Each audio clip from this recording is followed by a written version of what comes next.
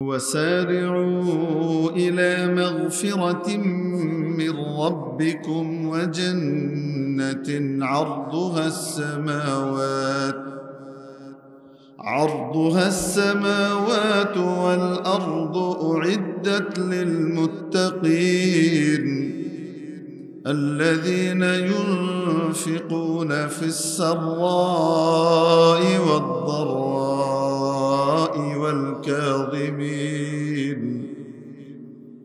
والكاظمين الغيظ والعافين عن الناس والله يحب المحسنين. والذين إذا فعلوا فاحشة أو ظلموا أنفسهم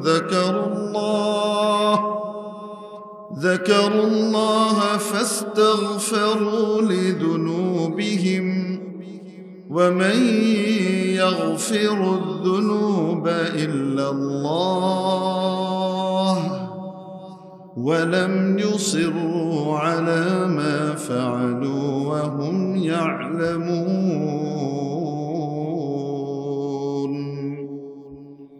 صدق الله مولانا العظيم.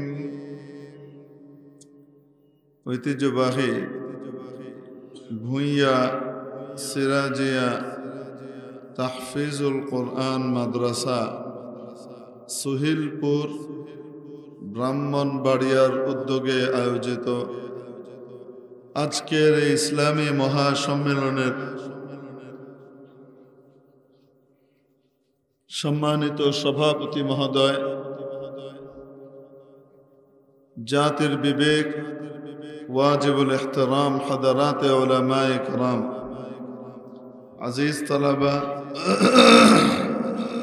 ধর্মপ্রাণ ধর্মভীরু সর্বস্তরের তাওহীদি জনতা, পর্দার আড়ালের পরম শ্রদ্ধেয়া মা ও বোনেরা,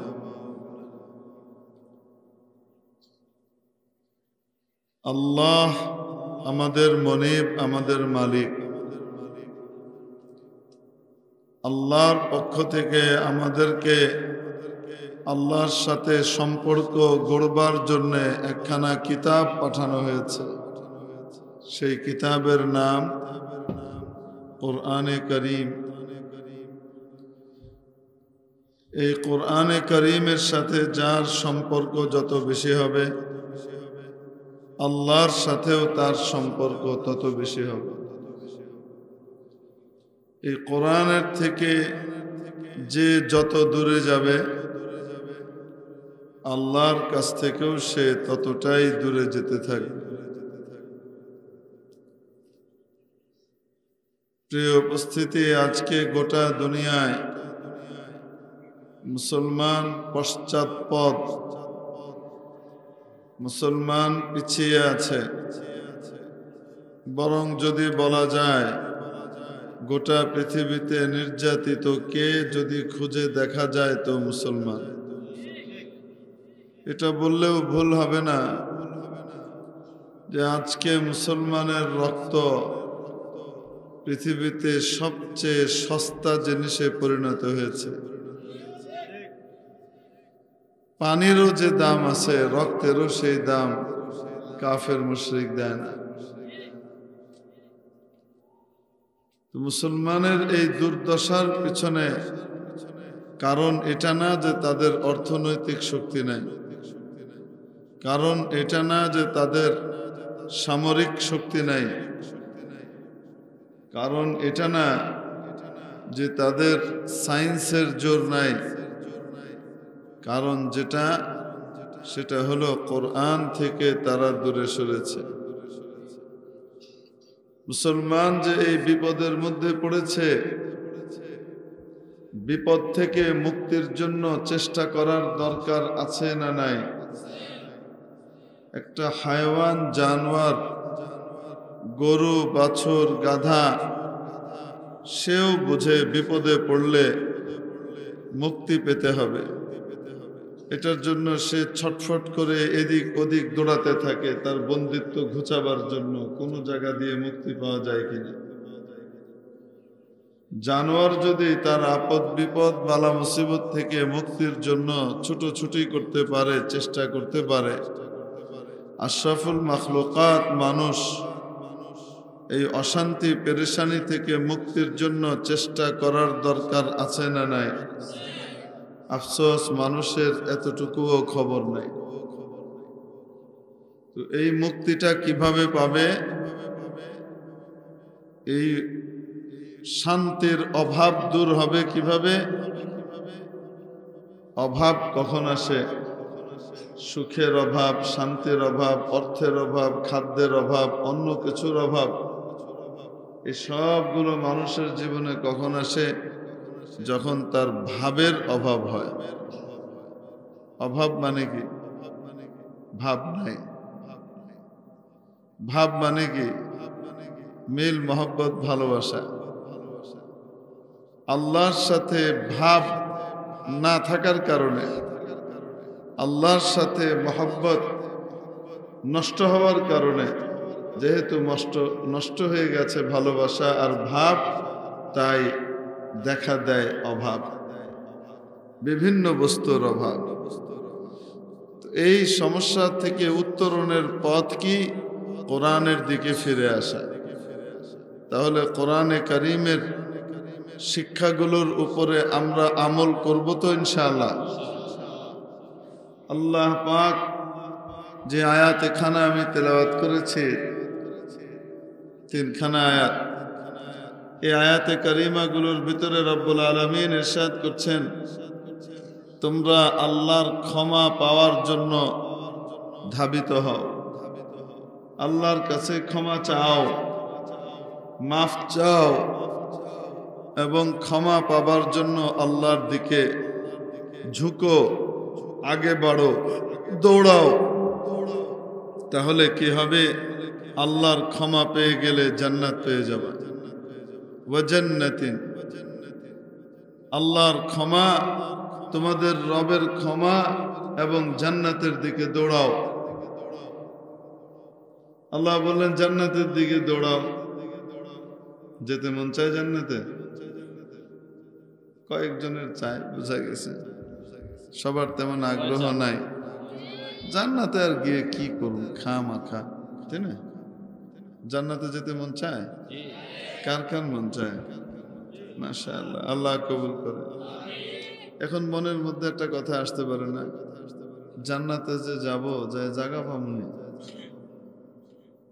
আমরা আইছি সবার শেষে, আগেকার সমস্ত উম্মতরা গিয়ে জান্নাতে ঢুকে জান্নাত দখল করে বয়ে থাকবে, আমরা জায়গাটা পাবো কি? আমরা জায়গা পাবো কি পাবো না? তো আল্লাহ তাআলা এটার উত্তর দিচ্ছেন, বেকুব, কি কস না কস, আমার জান্নাত কত বড় তোর কল্পনা আছে? তোর কোনো ধারণা আছে? শুনো, জান্নাতের প্রশস্ততাটা শুধু বলে দেই, কারণ দৈর্ঘ্যটা বলে বোঝানোর মতো কোনো তুলনাই নাই। আর মানুষের সাধারণ এই মস্তিষ্কে জান্নাতের দৈর্ঘ্য ধারণ করার কোনো ক্ষমতাই নেই। وسارعوا إلى مغفرة من ربكم وجنة, এমন জান্নাতের দিকে ছোট, আরদুহা, যে জান্নাতের প্রস্থ হলো তোমাদের দৃষ্টিতে সবচেয়ে দূরে কি? জমিন থেকে সবচেয়ে দূরে কে? চাঁদ। সবচেয়ে দূরে কে? সূর্য। না তার চেয়ে দূরেও কিছু আছে? তার চেয়ে দূরে তারকাগুলা। এই তারাগুলা যে আসমানের নিচে ঘুরতেছে, সেই আসমান হলো আমাদের দৃষ্টিতে সবচেয়ে দূরে, ঠিক কিনা? যেই জান্নাতের প্রস্থ হলো জমিন থেকে আসমান পর্যন্ত। আসলে শুধু আসমান পর্যন্ত আল্লাহ কিন্তু বলেন নাই, আরদুহা সামাউ ওয়াল আরদ, এরকম কিন্তু বলেন নাই। বলে দিয়েছেন আরদুহা সামাওয়াতু ওয়াল আরদ। এক এক ক্যাটাগরির জান্নাত হবে। এক এক ক্যাটাগরির জান্নাত হবে। সবচেয়ে ন্যূনতম স্তরের যে জান্নাত, মানে 8 ক্যাটাগরির জান্নাত হবে। কয় ক্যাটাগরির? 8 ক্যাটাগরি। এই 8 ক্যাটাগরির জান্নাতের মধ্যে সবচেয়ে ছোট যেটা হবে সেটা হলো জমিন থেকে প্রথম আসমান পর্যন্ত।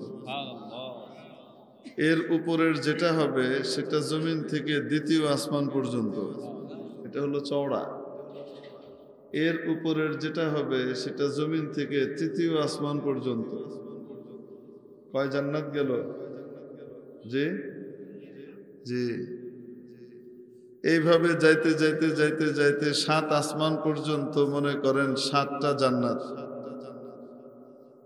একটা জান্নাতের প্রশস্ত এখান থেকে 7ম আসমান পর্যন্ত, এটা কল্পনাই করতে পারবেন না কত চওড়া।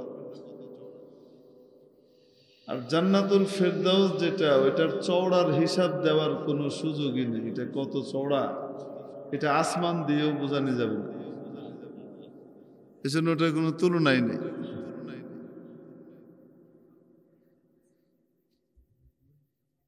কোন জিনিসের দৈর্ঘ্য প্রস্থের চেয়ে বেশি হয়। আপনারা জানেন কোন জিনিসের চওড়াটা তার লম্বার চেয়ে কি হয়? বেশি হয়। জেনারেটর আছে বা লাইন আছে?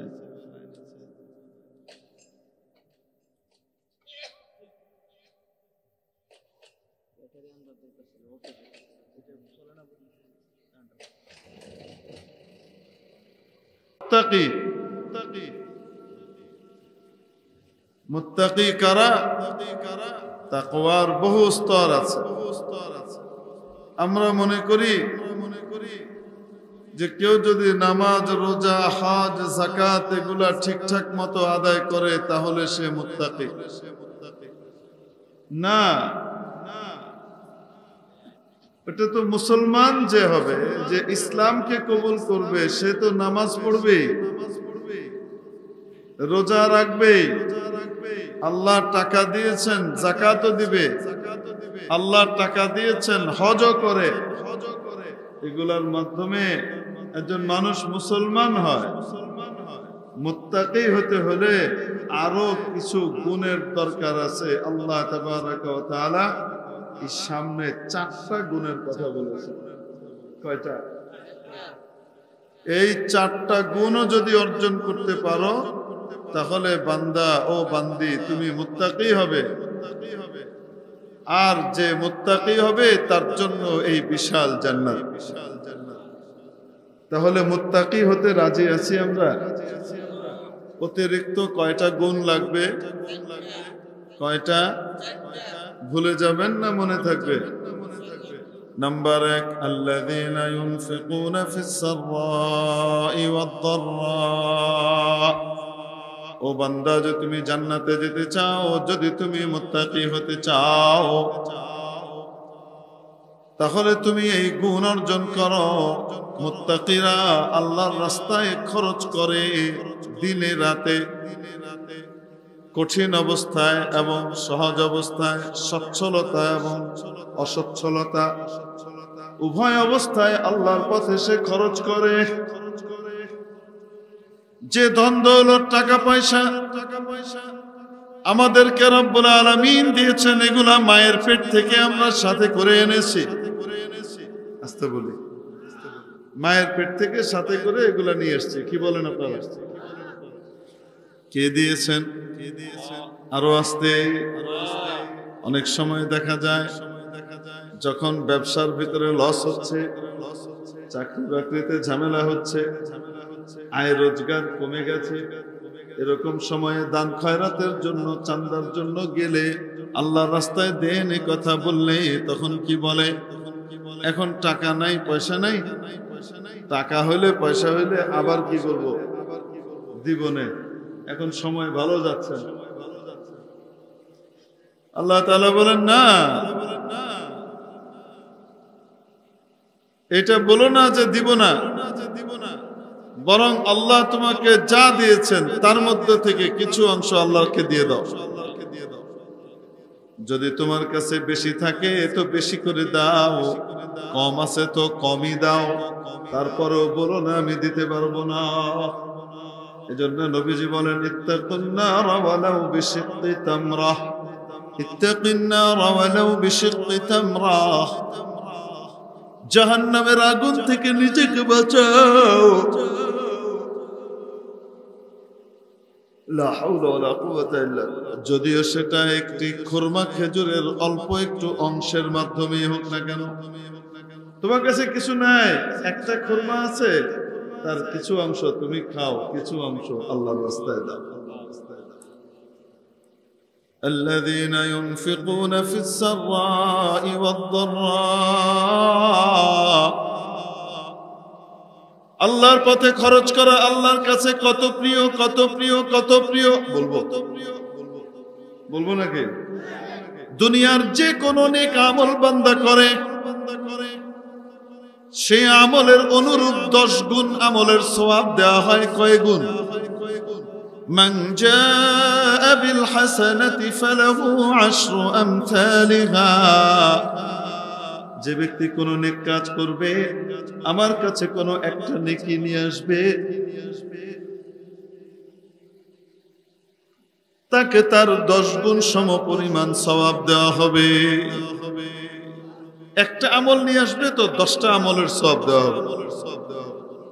1 রাকাত নামাজ নিয়ে গেছে তো 10 রাকাত নামাজের সওয়াব, 2 রাকাত নামাজ নিয়ে গেছে তো 20 রাকাত নামাজের সওয়াব, 20 রাকাত নামাজ পড়েছে তো 200 রাকাত নামাজের সওয়াব। কিন্তু অন্যান্য সমস্ত আমলের ব্যাপারে আল্লাহর যে ফয়সালা, যে কোনো আমল করবে 10 গুণ সওয়াব। দান খয়রাত আল্লাহর রাস্তায়, এটা এমন একটা আমল এত প্রিয় আল্লাহর কাছে যে এটা যদি কেউ করে তাকে 700 গুণ সওয়াব দেওয়া হয়। অর্থাৎ 1 টাকা দিলে 700 টাকা, 1 লাখ টাকা দিলে 700 দিয়ে গুণ করেন, 1 কোটি টাকা দিলে 700 দিয়ে গুণ করেন, 700 কোটি টাকা। 1 লাখ টাকা দিলে 1 লাখ টাকা দিলে 700 লক্ষ টাকা, মানে 7 কোটি টাকা দান করার সওয়াব আল্লাহ কি করবেন? দিবেন। এটা কিসের বিনিময়ে দিবেন? দান করার বিনিময়ে। مثل الذين ينفقون أموالهم في سبيل الله كمثل حبة أنبتت 7 سنابل في كل سنبلة 100 حبة والله يضاعف لمن يشاء। আল্লাহ রাব্বুল আলামিন বললেন, আল্লাহর পথে যদি কেউ দান করে তার উদাহরণ দিয়ে বুঝালেন যে তাকে 700 গুণ সওয়াব দেওয়া হয়। কত? এটা বলে আবার আল্লাহ ফুল স্টপ দিয়ে থেমে যাননি, সামনে আবার বলছেন ওয়াল্লাহু ইউদাইফু লিমান ইয়াশা। আল্লাহ যার ক্ষেত্রে চাইবেন কাউকে এই 700 কে ডবল রিডবল করে দিতে থাকবেন, ডবলের ডবল করে দিতে থাকবেন। দান আল্লাহর কাছে এত প্রিয়। আল্লাহর রাস্তায় দান করবো তো ইনশাআল্লাহ। ভুইয়া সিরাজিয়া তাহফিজুল কোরআন মাদ্রাসা ছোট্ট ছোট্ট খোকা খুকি সোনামণিদেরকে সত্যিকারের মানুষ বানানোর কারখানা, রহমত আল্লাহর পক্ষ থেকে আনয়নের কারখানা কেন্দ্র, রহমতের পাওয়ার হাউস চালু থাকলে বিদ্যুৎ চালু থাকে, পাওয়ার হাউস বন্ধ হয়ে গেলে লাইট ফ্যান যাই লাগান না কেন বেকার। কি হবে না? চলবে। ঠিক তেমনি ভাবে রহমতের পাওয়ার হাউস থাকবে, গোটা এলাকায় রহমত আসবে। পাওয়ার হাউস বন্ধ হয়ে গেলে এলাকার রহমতের বাতিগুলোও বন্ধ হয়ে যাবে। এজন্য এই মাদ্রাসার যাবতীয় প্রয়োজন পুরা করতে সব সময় মাদ্রাসার পাশে থাকতে কে কে রাজি আছে? হাত উঠিয়ে দেখাই তো। মাশাআল্লাহ, লিল্লাহি তাকবীর। লিল্লাহি তাকবীর। জাযাকুমুল্লাহ খায়রান। হাত নামান। কয় নম্বর গেল? মুত্তাকি। জান্নাতে যেতে হলে কি হতে হবে? মুত্তাকি। মুত্তাকি হতে হলে অতিরিক্ত কয়টা গুণ লাগবে? নামাজ, রোজা, হজ, যাকাত ছাড়াও আরো কয়টা গুণ লাগবে? তার মধ্যে একটা কয়টা গেল? আল্লাহর রাস্তায় দান করা। 2 নম্বর ওয়াল কাযিমিনাল গায়য। মুত্তাকি ওই সমস্ত বান্দা যারা নিজেদের গোস্বাকে নিবারণ করে, নিজেদের গোস্বাকে গিলে ফেলে। মানুষ মাত্রই রাগ হবে, আল্লাহ রাগ যেহেতু শরীরে দিছেন, তো এটা উপরে উঠবো না, মাঝে মাঝে উঠবে, কিন্তু ওটাকে সে গিলে ফেলবে। গোস্বাকে গিলে ফেলা এটা আল্লাহর কাছে বড় প্রিয় একটা কাজ। কেউ জুলুম করেছে, কেউ নির্যাতন করেছে, কেউ গালি দিয়েছে, তাই রাগ উঠেছে। অতএব রাগকে গিলে ফেলা মুত্তাকির আলামত। আর মুত্তাকি এটার বদলে জান্নাতে যাবে, রাগকে গিলে ফেলার দ্বারা। মেরে মুহতারাম দোস্ত, হাদিস শরীফের মধ্যে এসেছে, একদিন রাসূল পাক সাল্লাল্লাহু আলাইহি ওয়াসাল্লাম সাহাবীদেরকে জিজ্ঞেস করলেন, বলো তো বড় পালোয়ান কে?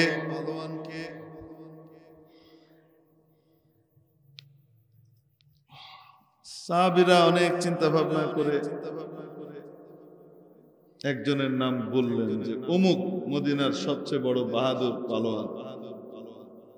নবীজি বললেন, হ্যাঁ, তোমাদের দৃষ্টিতে এই লোক পালোয়ান হতে পারে, কিন্তু আল্লাহ এবং তার রাসূলের দৃষ্টিতে পালোয়ান, বীর, বাহাদুর ওই ব্যক্তি যে ব্যক্তির প্রচন্ড রাগ উঠলেও সে ওটাকে গিলে ফেলে, রাগকে কন্ট্রোল করে, আনকন্ট্রোল হতে দেয় না।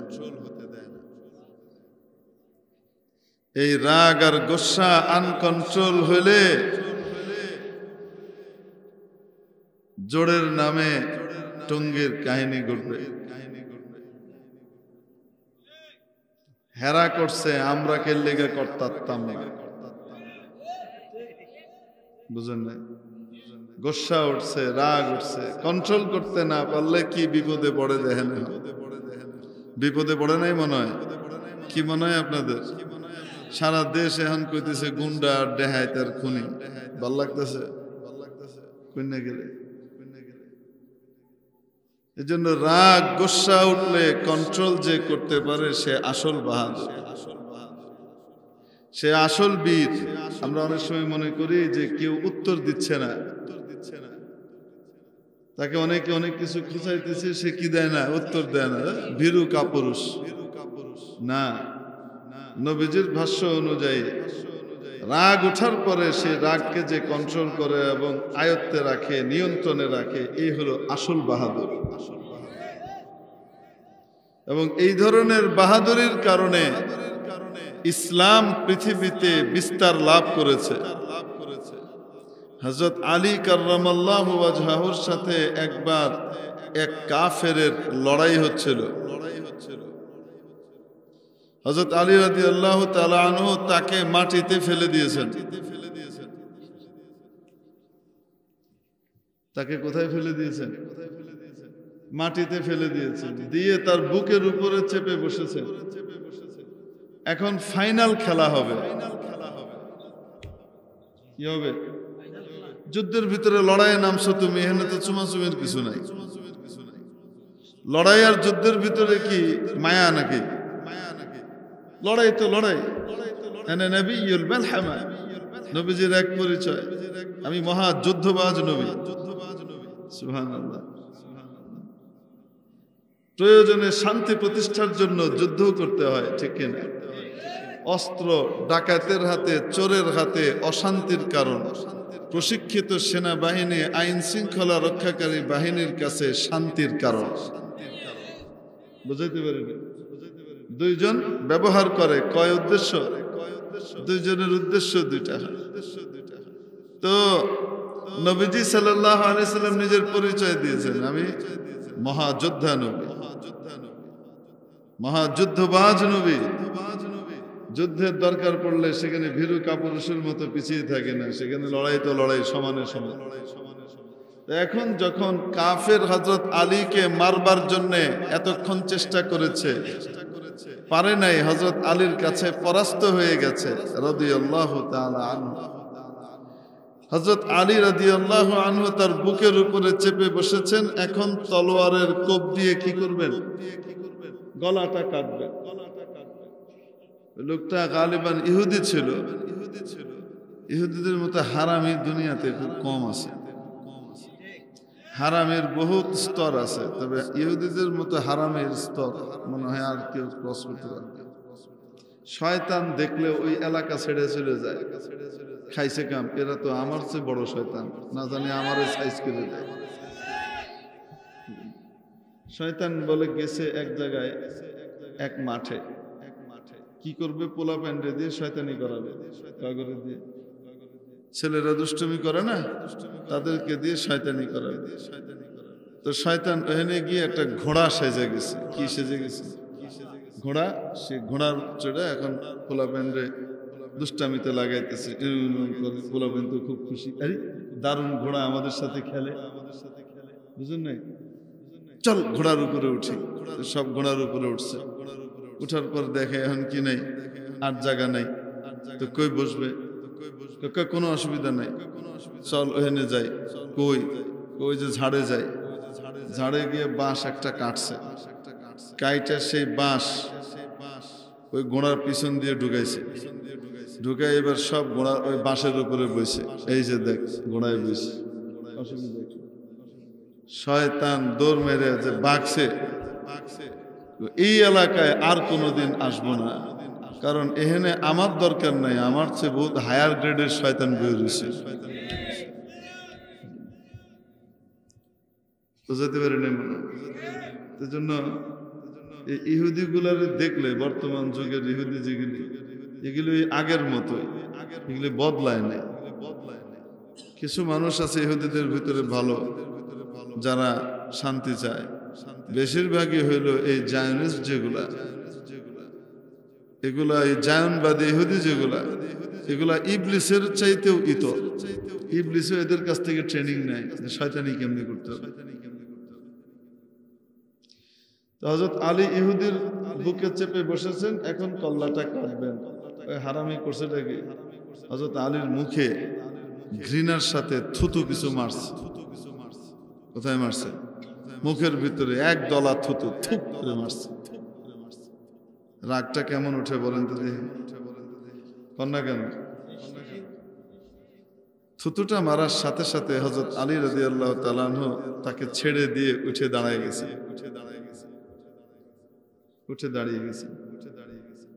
ইহুদি অবাক, আপনি আমাকে ছেড়ে দাঁড়িয়ে গেলেন, এতক্ষণ তো আমাকে পরাস্ত করার জন্য আপনি চেষ্টা করছিলেন, এখন আমার উপরে আপনার পরিপূর্ণ কর্তৃত্ব প্রতিষ্ঠা হয়েছে, আপনি আমাকে আমার চূড়ান্ত পর্যায়ে পৌঁছাবেন, আর আপনি ছেড়ে দাঁড়িয়ে গেলেন। আমি আপনার মুখে থুতু মারলাম, আপনি তো আমাকে জঘন্যভাবে হত্যা করার কথা, ছেড়ে দিলেন কেন? হযরত আলী রাদিয়াল্লাহু আনহু বলেন, দেখো, তুমি থুতু মারার আগ পর্যন্ত তোমার সাথে যে আমার লড়াই চলছিল, সেটা আল্লাহর জন্য চলছিল। তোমার সাথে আমার কোনো ব্যক্তিগত শত্রুতা ছিল না, সেটা আল্লাহর জন্য ছিল। যখন তুমি আমার মুখে থুতু মেরেছো, তখন আমার রাগ আর গোস্সা এসেছে। তো এই গোস্সা আল্লাহর জন্য নয়, এটা তো হলো আমার নফসেরকে খুশি করার জন্য। অতএব যেই কাজ আল্লাহর জন্য নয়, সেই কাজ তো আমি করব না, তাই তোমাকে ছেড়ে দাঁড়িয়ে গেছি। এ হলো বাহাদুর। পরিপূর্ণ শক্তি থাকা সত্ত্বেও মুখে থুতু মেরেছে। এই থুতুর কারণে যে রাগ উঠতেছে, সেই রাগের কারণে তাকে ছেড়ে দিচ্ছে। কেন? এই রাগের কারণে আল্লাহর সন্তুষ্টি আসবে না, এই রাগের দ্বারা নিজের মনের তুষ্টি হবে, আত্মতুষ্টি হবে। তো ওই ব্যক্তি বড় বাহাদুর, যে ব্যক্তি গোসার সময়, রাগের সময় নিজেকে কন্ট্রোল করতে পারে। বিবির সাথে রাগ গোসা উঠে কি উঠে না মাঝে মাঝে?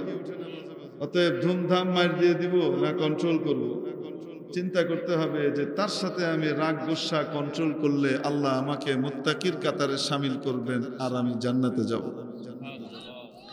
স্বামীর কোনো অত্যাচার বা স্বামীর কোনো বাজে আচরণের কারণে স্ত্রীর যখন রাগ উঠবে, তখন সে মুখ খুলে যা তা বলে দিল, যা তা করে ফেললো তা নয়। এই রাগকে যদি সে দমন করে, হজম করে, কষ্ট করে, সবর করে, এটার বিনিময়ে সে জান্নাত পাবে। ইদ্দাত লিল মুত্তাকিন। ঘরে, বাইরে, রাস্তায়, মাঠে, প্রান্তরে, সর্বত্র নিজেদের গুসা, রাগকে কন্ট্রোল করতে রাজি আছি তো ইনশাআল্লাহ? রাগ তো কন্ট্রোল হতে চায় না। এজন্য হাদিস থেকে আপনাদেরকে দুইটা ট্রিটমেন্ট বলবো। নবীজি সাল্লাল্লাহু আলাইহি ওয়াসাল্লাম ইরশাদ করেন, রাগ শয়তানের পক্ষ থেকে আসে। কার পক্ষ থেকে? শয়তানের পক্ষ থেকে কি আসে? রাগ আসে। অতএব যখনই দেখবে যে রাগ উঠছে, তৎক্ষণাৎ বুঝতে হবে, মনে করতে হবে কে আসছে। অতএব শয়তান থেকে আল্লাহর কাছে পানা চাইতে হবে। আউযু বিল্লাহি মিনাশ শাইতানির রাজিম। আউযু বিল্লাহি মিনাশ শাইতানির রাজিম পড়ার সাথে সাথে রব্বুল আলামিন এর ওসিলায় রাগকে দূর করে দিবেন, শয়তানকে দূর করে দিবেন। দ্বিতীয় পদ্ধতি, সাধারণত মানুষের যখন রাগ উঠে বসা থাকলে দাঁড়িয়ে যায়, ঠিক কিনা? বসে বসে আছে, রাগ উঠলে তখন বসা থেকে কি হয়ে যায়? দাঁড়ানো। তারপরও রাগ কমতেছে না, তো সামনে বাড়ে। এরপরও রাগ করতেছে না, রাগ কমে না, তারপর ধাই ধাই শুরু হয়, ঠিক কিনা? এই জন্য রাসূলুল্লাহ সাল্লাল্লাহু আলাইহি সাল্লাম শিখাইলেন, রাগ যদি উঠে, যদি তুমি দাঁড়িয়ে থাকো, উল্টোটা করো, সাথে সাথে বসে পড়ো। তুমি যদি বসা থাকো আর রাগ উঠেছে, রাগ তাও কমছে না, শুয়ে পড়ো। আল্লাহ চাইলে এর উসিলায় আল্লাহ তোমার রাগকে দূর করে দিবেন। গুসা হজম করা সহজ হয়ে যাবে, মুত্তাকির খাতায় নাম উঠে যাবে, জান্নাতি হয়ে যাব। সুবহানাল্লাহ। বাড়িতে রেখে এসে কয়টা গেল? আর দুইটা ইনশাআল্লাহ সামনের বছর শুনেন।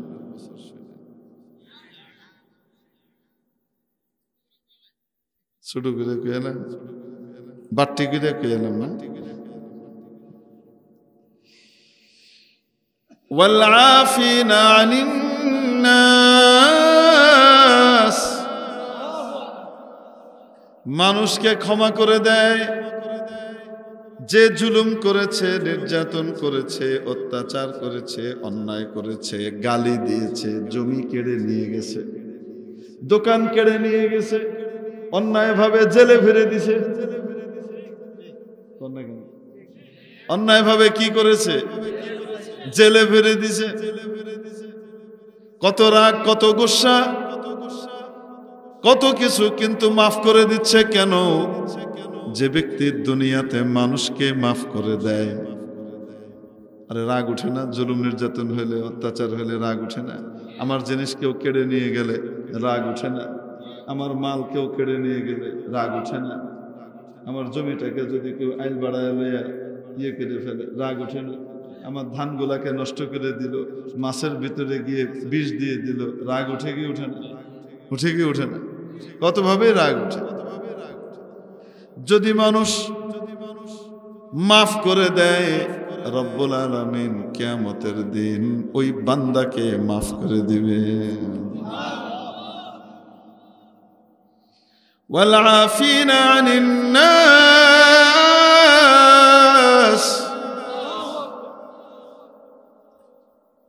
মাফের নিয়ত করে ফেললাম, এখন থেকে সবাইকে মাফ করব তো। মজলুমকে তো মাফ করবই, বরং মাফ চাইতে হবে মজলুমের কাছে। জালেমকেও মাফ করে দিব। আমার জিনিস কেউ কেড়ে নিয়ে গেছে, তাকে মাফ করে দিব। আমার কেউ ক্ষতি করেছে তাকে মাফ, আমাকে জেলে বেড়ে দিছে, কি করে দিব? হুজুর আপনারা কি মাফ করছেন? কোন কালে মাফ করে দিছে? মাফ করে দিয়ে দিছি তো আল্লাহ থাবরায় বাইর করে দিছে। যদি মাফ না করা হইতো আল্লাহ কইতো যে ঠিক আছে, মাফ যেহেতু করস নাই, তুইও তো 1 নম্বর কোয়ালিটিতে আওস নাই, তাহলে আর একটু দেরিও, যেহেতু হুজুররা মাফ করে দিছে, তৌহিদি জনতা জেলে যাওয়ার পরেও মাফ করে দিছে, ঠিক কি না? হ্যাঁ, বদদোয়া টাইট করে করছে, এটাতে কোনো সন্দেহ নেই। হেদায়েতের দোয়া করছে সবাই, আমরা যারা ভিতরে ছিলাম হেদায়েতের দোয়া করছি, আল্লাহ জুলুম থেকে এদেরকে বাঁচবার তৌফিক দান কর। এরা যদি জুলুম ছাড়তে না পারে তাহলে তুমি ফাইনাল করে দাও, এটা আমরা সবাই করছি, এটাতে কোনো সন্দেহ নেই। বাকি এটা কইলেই কি শেষ হয়ে যায়? আমার বাচ্চাগুলাকে যে মাহরুম করছে, আমাদের ছাত্রদেরকে যে মাহরুম করছে, আমাদের সাথী সঙ্গী বন্ধু বান্ধবকে যে মাহরুম করছে, তাদের দিলে যে কষ্ট দিছে, দিছে কি দেয় নাই? তো মাফ হয়ে গেছে? মাফ করে দিলেও তো জুলুম শেষ হয় নাই, তো শেষ হয়েছে? হয় নাই তো, জুলুম তো বহার। আল্লাহ পাক ফাইনাল করতে পারেন কি পারেন না? কল্পনাই করে নাই কেউ, কেমনি হয়ে গেল। আমার কাছে তো মাঝে মাঝে মনে হয় কি জানো, ওই যে ফিরআউনের হাত থেকে যখন মুসা আলাইহিস সালামের উম্মত নাজাত পাইছিল, আর তারা সবাই দেখছে লোহিত সাগরে সব ডুবে গেছে, ফিরআউনের পার্টি, তারপরেও বেশিরভাগ লোক বিশ্বাস করে না ফিরআউন মারা গেছে। না, হ্যাঁ ফিরে আইব ইন্ডিয়া থেকে, আয়া পড়ব, কোনো জায়গায় লুকায় রয়েছে, যে কোনো সময় আয়া পড়ব, বুঝেন? পরে আল্লাহ তাআলা ফিরআউনের লাশ ওই বাসাইতে বাসাইতে ধাক্কাইতে ধাক্কাইতে তীরে ভিড়াইছে, তারা নিজের চোখে দেখছে, সবাই দেখছে, আসলেই তো মরছে আরামি, আরাম করতো মরছে আসলে। তারপরে বিশ্বাস করছে, বলেন না কেন? আপনারা আবার অন্য দিকে নিয়েন না, আমরা কাউরে ফেরাউন করতেছি না। হ্যাঁ, কেউ ফেরাউন হইতে চাইলে তা আমরা কি করব? সম অধিকার, শুধু পুরুষ ফেরাউন কেন থাকবে, মহিলা ফেরাউনও হইতে হবে, বুঝলেন না? এই জন্য সম অধিকারের লড়াই হয়েছে, আর কিছু না, কোনো কিছু মনে করুন। 15 বছর 16 বছর ফেরাউনি শাসন, অবাস্তব না বাস্তব? নিজেই মানুষ মারে, মেয়েরা আবার খাড়ায় কয় রং মেখে হয়ে রয়েছে, অবাস্তব না বাস্তব? ছোট ছোট মেয়েরা, ছেলেরা, বাচ্চারা নামছে 2018-তে, আমাদেরকে গাড়ি ঘোড়া চাপা দিয়ে মেরে ফেলে, জায়গা কোনো বিচার হয় না। আমাদের সড়কটা নিরাপদ করে দাও যেন আমরা স্কুলে ঠিক মতো যাইতে পারি। মায়ের ধর করে পিটাইয়া ধর্ষণ লিগ লেলায় দিছে, লেলায় দিয়ে মেয়েগুলাকে রেপ করাইয়া বাপ মায়ের কাছে খবর পাঠাইতেছে যেন বাপ মা আর বাচ্চাকে বাইরে বেরিতে না দেয়। এই আকাম কুকাম করছে না, করে নাই? কোন মুখে বড় বড় কথা বলে? মাত্র 20 দিনের মধ্যে এই জুলাইয়ের অভ্যুত্থানের যে সময়, এই আন্দোলনের সময়ের ভিতরে নির্যাতনের নজিরবিহীন যে স্টিম রোলার চালাইছে, পাকিস্তানি হানাদারদেরকেও হার মানায় দিছে। পাকিস্তানি হানাদাররাও এইরকম নৃশংসভাবে করে নাই যেভাবে এরা করছে, ঠিক কিনা? এখনো কিন্তু ওই চেলা বেলা রয়ে গেছে। আপনারা কি মনে করছেন ইন্ডিয়া পালায় গেলে কি হইব? সুতা ওহেন থেকে লারে, এই জন্য কারেন্ট মাঝে মাঝেই জায়গা জায়গা মতো আইলেই কারেন্ট জায়গা। এই জন্য বলতেছিলাম যে মানুষকে কি করে দিবে? মাফ করে দেওয়া। যতই মাফের বয়ান করি জান্নাতে যাওয়া যাবে, দেখবেন এহেনতে রেডি হয়ে গেছে, সকালবেলা উঠে করতাম না মাফ, আছে না নাই?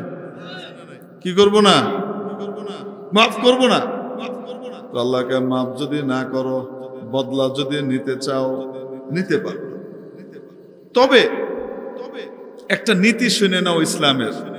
ওয়া ইন আকাবতুম ফাআকিবু বিমিসলি মা উকিবতুম বিহি,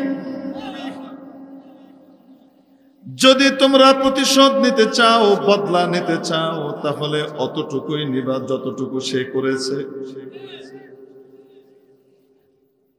তুমি যদি 2টা থাপ্পড় মারো আর সে একটা থাপ্পড় মেরেছিল, এখন তুমি জালেম হয়ে যাবে আর সে মজলুম হয়ে যাবে। জালেমের সাথে আল্লাহর নুসরত সাহায্য থাকে না। অতএব সমতা বজায় রাখতে হবে। এখন বলেন, সমতা বজায় রাখা কি সহজ? সম্ভব? রাগের চোটে যখন বদলাটা নেয় তো রাগ দিয়েই তো নেয়, তো তখন বরাবরটা কিভাবে রাখবে? এজন্য আল্লাহ বলেন, ওয়ালা ইন সাবারতুম লাহুয়া খায়রুল লিসসাবিরিন। আর যদি তোমরা সবর করো, ধৈর্য ধরো, তাহলে সবরকারীদের জন্য এটা অনেক মঙ্গল। মানে আল্লাহ আবার কয়, রাগ গোসা উঠছে, মাফই করে দে। শুধু মাফ করে দাও তা নয়, বরং যে তোমার সাথে খারাপ ব্যবহার করেছে তাকে ক্ষমাও করে দাও, তার সাথে ভালো ব্যবহারও করো। সে তোমাকে বিষ দিয়েছে, তুমি মধু দাও। সে তোমাকে কাঁটা দিয়েছে, তুমি ফুল দাও। সে তোমাকে গালি দিয়েছে, তুমি তাকে সালাম দাও। ওয়াইদা খাতাবাহুমুল জাহিলুনা ক্বালু সালামা। জাহেল মূর্খরা যখন তাদের সাথে বাজে আচরণ করে, তারা শান্তির পথ ধরে চলে যায়, সালাম, মাফ, ভালো আচরণ করে। গালি দিছে, তার সাথে ভালো কথা বলে বিদায় দেয়। আল্লাহু ইউহিব্বুল মুহসিনিন। কারণ আল্লাহ পাক যারা মন্দের বিনিময়ে ভালোটা দেয় তাদেরকে বড় ভালোবাসেন। ওয়ালা তাস্তাবিল হাসানাতু ওয়ালাস সাইয়্যাহ। ভালো আর মন্দ কখনো সমান হতে পারে না। ইদফা বিল্লাতি হিয়া আহসান। খারাপ করেছে, তার সাথে ভালো আচরণ করে বদলা দাও। ইয়া আল্লাহ, গুসাও হজম করলাম, মাফও করলাম, আবার ভালোও করমু, যে কথা কি পামু এত কিছু করলে? আল্লাহ নগদটা কই, বাকিটা তো জান্নাত পাবি, তো হুঁচছি, নগদটা কইনে নে। সেটা হলো এই যে তোমার জানি দুশ্মন, আল্লাহ তার দিলকে ঘুরাইয়া দিবেন, সে তোমার জিগরি দোস্ত হয়ে যাবে। যে আজকে তোমার প্রাণ নেওয়ার জন্য দাঁড়িয়েছিল, তোমার জানি দুশ্মন, সে তোমার অন্তরঙ্গ বন্ধুতে পরিণত হবে। ফাইদাল্লাযী বাইনাকা ওয়া বাইনাহু আদাওয়াতুন কাআন্নাহু ওয়ালিয়্যুন হামীম। 3 নম্বর গুণ মনে হয়েছে? করবো তো ইনশাআল্লাহ। 4 নম্বর, গুনাহ হয়ে গেলে গুনাহ নিয়ে বয়ে বেড়ায় না, তওবা করে মাফ চেয়ে নেয়। গুনাহ না হওয়া এটা মানুষের গুণ নয়, গুনাহ না হওয়া এটা তো ফেরেশতার সিফত। মানুষ হলে তো গুনাহ হবেই, নবীরা ছাড়া। নবী ছাড়া যত মানুষ আছে তাদের কি হবে? গুনাহ হবে।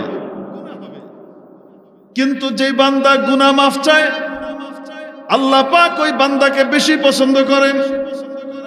হাদিসে কুদসির মধ্যে রব্বুল আলামিন ইরশাদ করেন, ও আমার বান্দা, ও আমার বনি আদম, আদমের বেটা, শোনো, যদি তোমার গুনাহ কত করবা, মনে করো তুমি গুনাহ করতে করতে থরে থরে সাজানো হয়েছে, সাজাইতে সাজাইতে এটা আকাশ পর্যন্ত চলে গেছে। লাউ বালাগাদ দুনুবুকা আনানাস সামা সুম্মা তাস্তাগফিরুনি। আকাশ পর্যন্ত তোমার গুনাহ হয়ে গেছে, এত গুনাহ, আর তুমি আমার কাছে এসে খাঁটি দিলে তওবা করে মাফ চাও। ইয়া আল্লাহ, বড় ভুল হয়ে গেছে, আর করব না। গফারতু লাকা, আমি তোমার সব মাফ করে দেব। ওয়ালা উবালি, আমি কারো পরোয়া করি না মাফ করতে। এজন্য গুনাহ মাফ চাইবে তো ইনশাআল্লাহ। সকাল বেকাল 100 বার করে আস্তাগফিরুল্লাহ পড়ব। কয়বার? 100 বার পড়ব। যে ব্যক্তি সন্ধ্যাতে 100 বার আস্তাগফিরুল্লাহ পড়ে, সারাদিনের ছোটখাটো গুনাহ খাতাগুলো আল্লাহ মাফ করে দেবে। আবার যখন সকালবেলায় 100 বার আস্তাগফিরুল্লাহ পড়ে, রাতের যে গুনাহগুলো হয়েছে সেগুলো মাফ করে দেন। আল্লাহ পাক আমাদেরকে সত্যিকারের জান্নাতি এবং মুত্তাকি হওয়ার তৌফিক দান করেন। ওয়া আখিরু দাওয়ানা আলহামদুলিল্লাহি রাব্বিল আলামিন। প্রচন্ড ঘুম পাচ্ছে আমার। আজকে কত রাত, আজ মিলিয়ে মাত্র 2.5 ঘন্টার মতো ঘুমিয়েছি। আর দুপুরে হালকা খেয়েছি, ভারী না, এখনো খাওয়া দাওয়া হয় নাই। এই জন্য শক্তি মুক্তি আর কুলাইতেছে না, একটু অনুমতি নেই। আপনাদের সামনে কে আসবেন জানেন?